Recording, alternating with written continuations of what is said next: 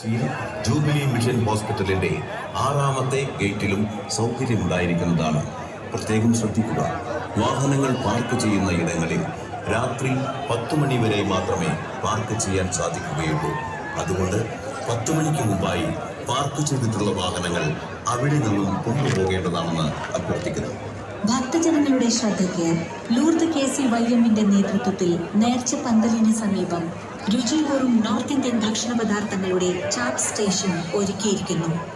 ഇടവകയിലെ യുവജന പ്രസ്ഥാനമായ KCYMന്റെ പ്രവർത്തനങ്ങൾക്ക് ശക്തി പകരാൻ അവരൊരുക്കിയിട്ടുള്ള ഭക്ഷണ കലവറയിലേക്ക് നിങ്ങൾ ഏവരെയും സ്വാഗതം ചെയ്തുകൊള്ളുന്നു.